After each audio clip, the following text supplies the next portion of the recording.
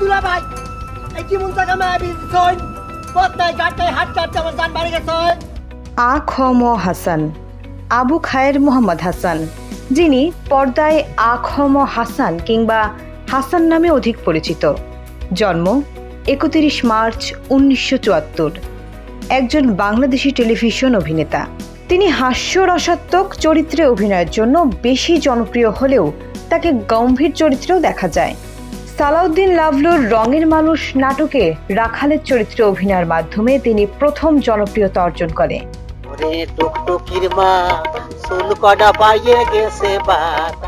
তিনি journey by politics ২০১১ নাটকে অভিনয়ের জন্য শ্রেষ্ঠ টিভি অভিনেতার জন্য মেরিল প্রথম আলোর সমালোচক পুরস্কারের মনোনয়ন লাভ করেন। ১৯৭৪ সালে আ খ ম হাসান জন্মগ্রহণ করেন নারায়ণগঞ্জ জেলায়। তিনি নারায়ণগঞ্জের আদর্শ স্কুলে পড়ালেখা করেন। এরপর নারায়ণগঞ্জের তোলারাম কলেজে পড়েন। বাংলাদেশের জাতীয় বিশ্ববিদ্যালয়ের একটি শাখা কলেজ থেকে তিনি তার গ্র্যাজুয়েশন সম্পন্ন করেন। তিনি ছোটবেলা থেকেই অভিনয়ের প্রতি আকৃষ্ট হয়ে পড়েন।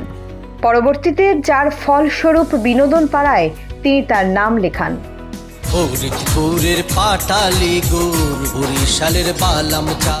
হাসান ছোটবেলা থেকে অভিনয়ের প্রতি দুর্বল হয়ে পড়েন এবং পরবর্তীতে জীবনে তিনি অভিনয়ের জীবনে নিজেকে প্রতিষ্ঠিত করেন।